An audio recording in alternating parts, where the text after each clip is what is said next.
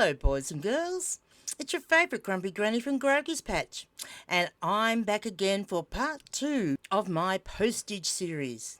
Now, it seems like a few of you liked my little treat that I left at the very end of the last postage video, so I just wanted to make sure that you watch this one all the way till the end too. So there is a little treat there as well. The next one might give you a big surprise because it's already in production. I'm actually going to show you how to set up a domestic postage policy. This video is only going to show you how to set a domestic postage policy up. There is more work to do after that to get your postage policies in check. In an upcoming video, I'm going to show you how to start the cleanup of all the other stuff that's in there. And I'm pretty sure that anyone, anywhere in the world, can use the same process to set a postage policy up on their eBay account. And you know what? Postage policies are the ants' pants. Or, as my dear departed mother would have said, they're the best thing since sliced bread. Because once you start using them, you will never go back to not using them. You'll wonder why you didn't actually start using them before this. Probably because you didn't know how to. So, without further ado, Grumpy Granny is going to show you how. So, let's get into the computer.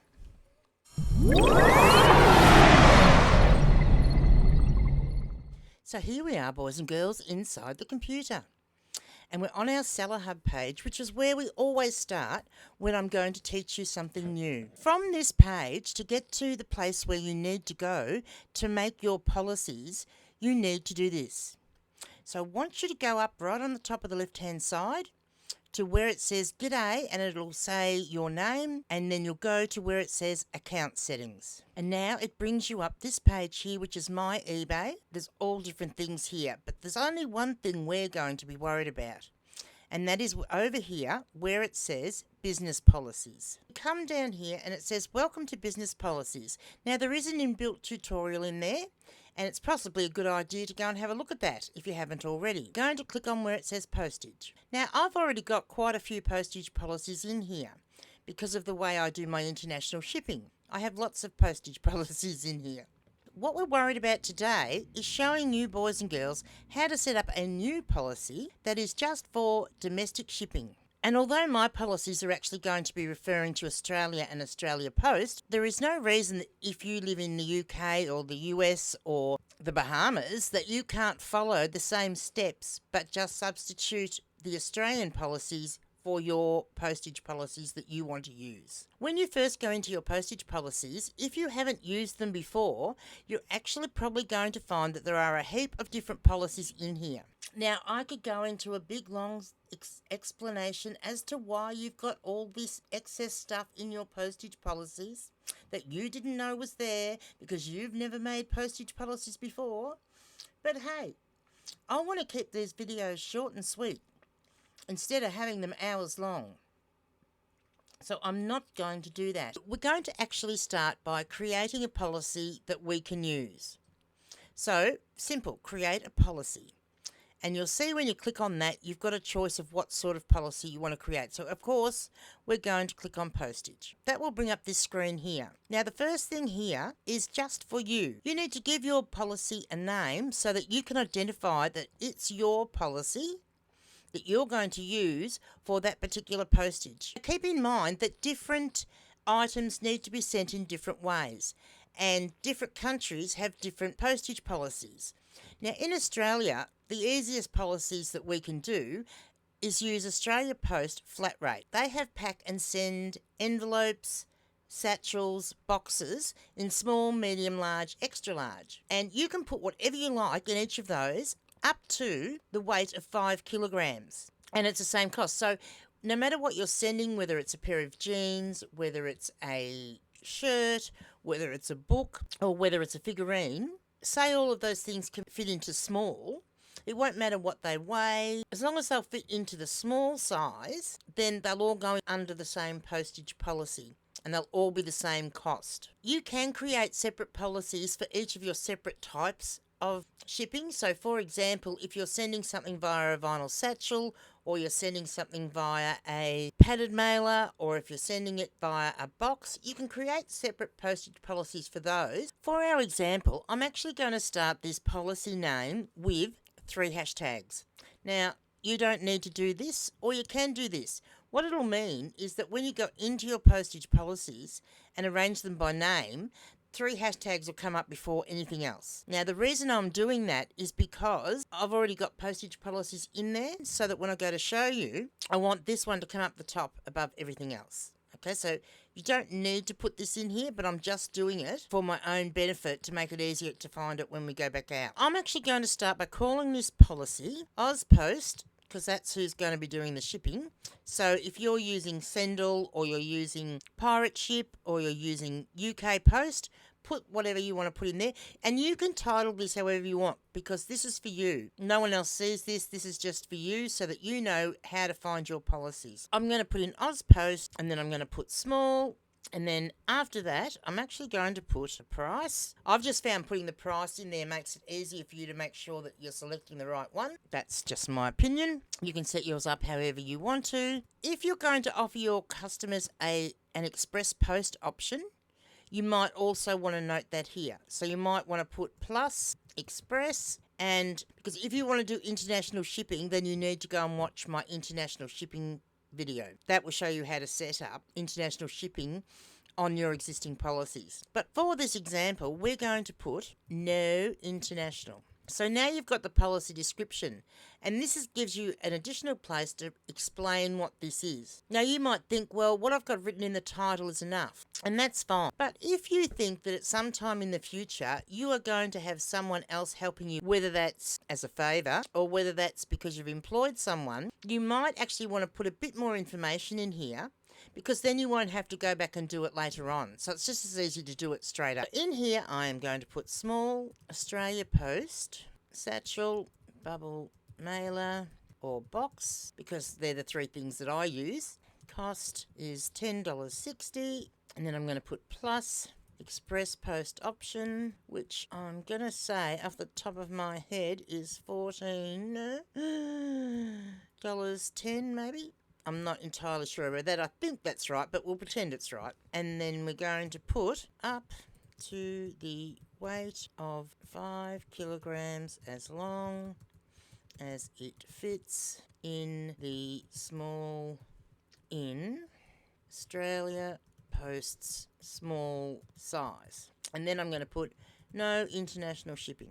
As I said, if you want to add international shipping, once you've actually created your policies, then you can go over to my international shipping video and watch it, and then add your international shipping. Let's just say that your eBay business consists of sending books, VHS videos, and jeans. They're the only 3 things that you sell. The majority of those things, unless someone orders multiples, or unless you've got a big heavy pair of jeans or a really big book, are going to fit in the small size. So this is the policy that you are going to use before any of the others. If that's the case, then you can set it as your default policy. And what that will mean is that when you bring up a new listing, it's going to, unless you're using a template, and if you don't know how to do that, go and watch one of my videos on how to use templates. But unless you're going to do that, then every time you create a new listing, this will come up as the automatic policy that's going to be selected. If you don't want to use this policy, you can change it in the listing as you're making it, but this will automatically come up. So we're going to scroll down a bit now to the actual section where we add things in. So this is the section we're concerned with here, which is the domestic postage section. There are different choices here. You can actually do a calculated cost, which varies by location and is calculated on the weight and the size of the parcel. But for our business policy, we're going to use the flat rate because that's the easiest way to go. And once you've set up your policies, then if you want to, you can investigate whether calculated's better for you, and you can go and set up a new policy for calculated shipping. But we're going to do flat rate. And then you can click on here, which will give you a choice of what type of shipping you're going to use. If you have a look here, you can, if you're buying your labels through eBay, you can just select this one. If you're unsure, you can just go standard parcel delivery. But in our case, we actually know that we're going to use Australia Post, so we can keep going down. You can see here, it does offer you the choices of Sendle, and other couriers down the bottom, like this, if you're going to send it via TNT, Star Trek, or Star Trek, I should say. All those choices are in there. We are going to use this one, which is the Australia Post Standard small box or satchel. So we're just going to click on that, and that is now our default policy. Then in here we're going to put the cost. So we know that the cost is $10.60, and then it's going to ask you for a cost each additional item. Now if you don't fill this out, then it will automatically put $10.60 in there as well. But I usually put $4 in here. I mean, it's not very often I have multiples of any one item, so it's insignificant really. But if I did and someone bought multiples, then it will automatically calculate that. If you're going to use the free postage model in your business, where you provide a purchase price for your buyer and that price includes postage, you can simply tick the box here, and that will see, you'll see it'll take the costings out, so the buyer won't be charged postage. But let's just do the not free postage one for this one. But it's pretty easy. If you're going to do free postage, tick the box. In this case, we're going to go back and put our prices back in. So $10.60 and $4. Then you can offer an additional service. We did say at the start we were going to give our buyers an express post option. So this is where we do that. So if we keep scrolling down past, we'll see here we've got Australia Post, small box again with express post, which is what we want, and then you can put the cost of that in. So if at any time you've already got a policy in place and you've got 2 services or 3 services, on here you could offer your buyers even more services. You could say, I am also going to offer my buyers that I can send them, if you live in a metro area or a place where they do it, you may be able to offer them a Sendle policy. And they can choose that if they want their parcel sent through Sendle. And if at any time you need to change any of this, you just come in here and you just remove that service, just like that, just one click. For our situation, we're only going to offer standard and the small express. So the next thing we need to worry about is here, it says select a handling time. What this means is, if you click on there, it'll tell you, select the number of days it will take you to post this item after you've received payment. I think 2 business days is good, smack bang in the middle. Most days, apart from the Thursdays, when I am recording the podcast with the Disgruntled Octopus. So please go over to his channel if you haven't yet and start watching our brilliant podcast. I post just about every day, unless there is something that's come up, or unless it is Thursday, as I said, because on Thursdays is my media day, and I do the podcast with the Disgruntled Octopus, and then I make videos for you guys. It's better for the buyers. If they're getting quick delivery, it's fantastic, and you get the feedback from that. I get good feedback after good feedback on how quickly people got their post. We actually have created our small policy just about. If there are any specific places that you don't want to post to, then you can actually create an exclusion list by clicking here. Now you might wonder why you would want to exclude somewhere within your own country. Well, it could be that there's been a massive big flood or there's been bushfires, and in those situations there is a much larger risk that your parcel is going to get lost on its way, particularly if homes have been destroyed in that area. So you may actually want to exclude those places from time to time. For now, we don't need to exclude anywhere. So we're just going to click Save. And look here, you've successfully created your postage policy. If you need additional policies, click Create Policy.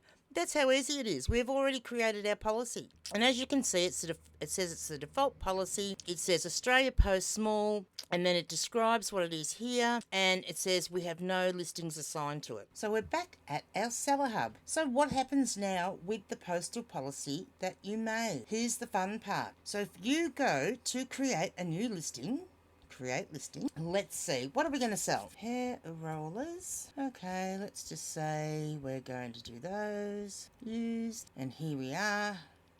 So we got the information that they gave us. Let's pretend that that's all the item specifics are correct. Our template with using one of our custom templates. And if you don't know how to do that, I will put the link to that in the description and you'll be able to find it. There is our postal policy already in place, ready to go. You don't have to do anything else. So the next thing you know, you're going to be making more policies because you're going to want to do one for the medium-sized parcel and then the large-sized parcel. All right, so now that you can see how it's used, let's get out of this hot computer.